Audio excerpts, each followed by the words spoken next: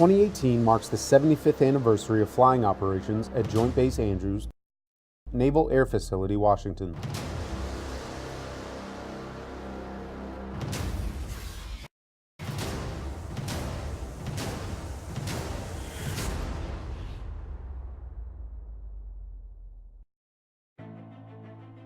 The idea of constructing what eventually would be Joint Base Andrews took place within a year following the attack that brought the U.S. into the Second World War, when President Franklin D. Roosevelt directed the Secretary of War to acquire the land and build a military airfield just outside of the District of Columbia. The most suitable place was just outside a small town called Camp Springs, Maryland. During the fall of 1942, a contractor sent laborers and engineers to take on the challenging task of pouring a concrete runway over the winter months. All of this took place under the watchful eye of a Richmond, Virginia-based quartermaster company.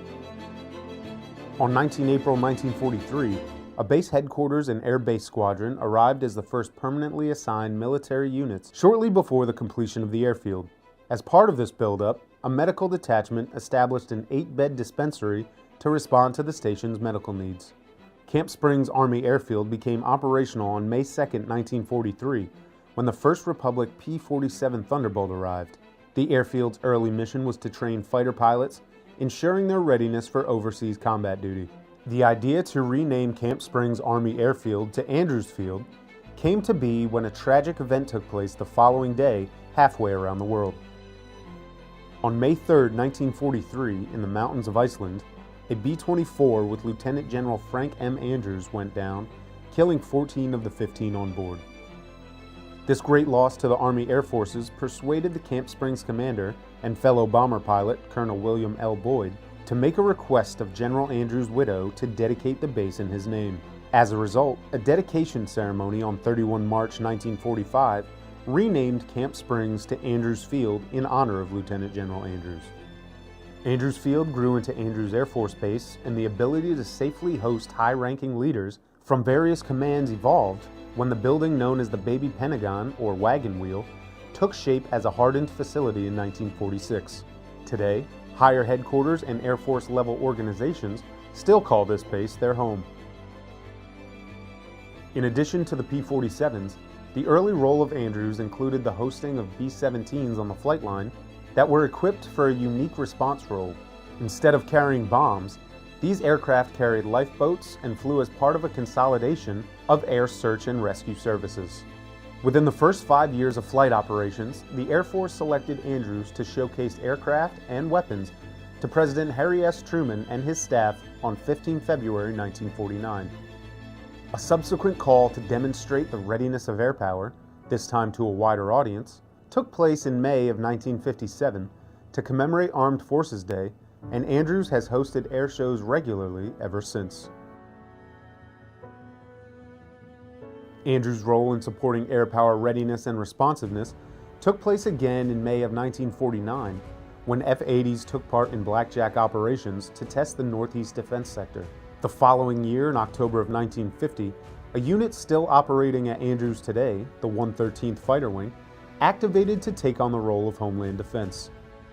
5 years later, in January of 1955, the 459th Troop Carrier Group, known today as the 459th Air Refueling Wing, arrived at Andrews to provide responsive roles in both air refueling and aeromedical evacuation missions. On 7 November 1958, Andrews Air Force Base dedicated a newly expanded hospital and dental clinic to the first Surgeon General of the United States Air Force, Major General Malcolm Groh, in response to the increased medical needs of the Andrews community. Another mission that continues today is the Naval Air Facility Washingtons.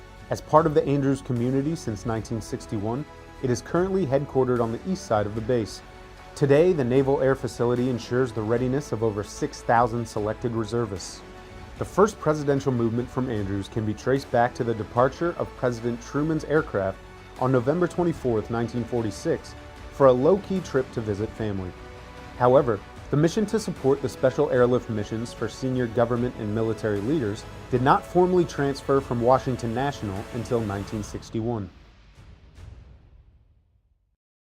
Not long after taking on this demanding role, Andrews served as a solemn backdrop for a national tragedy following the November 22, 1963 assassination of President Kennedy in Dallas, as the base hosted thousands of mourners and members of the media.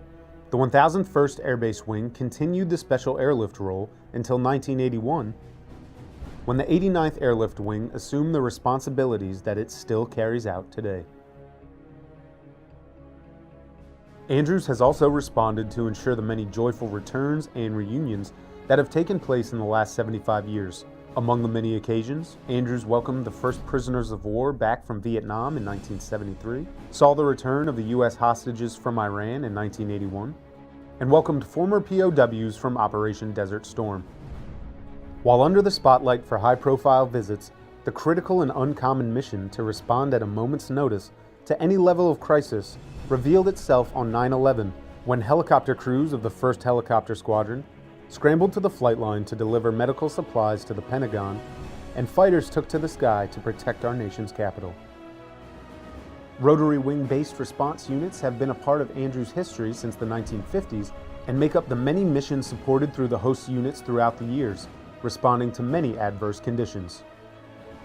Throughout the years, Andrews has routinely provided support for America's senior officials, as well as popes, kings, queens, presidents, prime ministers, and military leaders from foreign nations, sometimes hosting many of them on the same day.